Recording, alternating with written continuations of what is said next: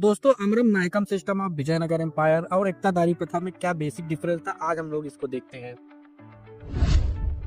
दोस्तों, इक्तादारी प्रथा जो है वो दिल्ली सल्तनत के सुल्तानों द्वारा चलाई गई थी, जिसमें इक्तादार जो थे वो सुल्तान के गुलाम होते थे और उनको इक्तादारी दी जाती थी ताकि वो वहाँ का लैंड रेवेन्यू कलेक्ट करके सुल्तान को दे सके।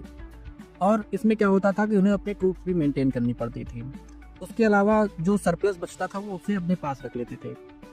जबकि विजयनगर एम्पायर में जो अमर नायक होते थे वो सेमी फ्यूडल लॉर्ड्स की तरह काम करते थे। वो जिस लोकल लैंड पर रहते थे वहाँ की उन्हें ऑटोनॉमी दी गई थी। वहाँ से वे लैंड रेवेन्यू को कलेक्ट करते थे, अपनी खुद की पर्सनल आर्मी को मेंटेन करते थे। और जब जो सेंट्रल किंग होता था, राजा अगर हेल्प के लिए बोलता था, तब वो अमर नायक जो थे अपनी सेना को युद्ध के लिए भेजते थे। और कुछ ट्रिब्यूट जो पे करना होता था, फिक्स ट्रिब्यूट, वो उसी लैंड रेवेन्यू से उन्हें राजा को भेजा जाता था। क्योंकि इक़्तादार जो थे वो दिल्ली सुल्तान के स्लेव थे, गुलाम थे, इसलिए उनको कभी राइट नहीं दिया गया कि वे पॉलिटिकल या एडमिनिस्ट्रेशन मैटर्स में कभी राजा को सपोर्ट करे, सुल्तान को। जबकि अमर नायक सिस्टम में ऐसा नहीं था।